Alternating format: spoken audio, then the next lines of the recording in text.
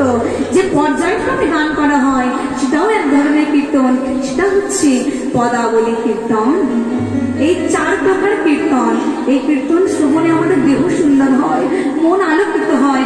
এই কীর্তন শ্রবণে জগৎ আলো, ভুবন আলো। নিতাই গৌর কৃষ্ণ প্রেমানন্দে হরি হরি।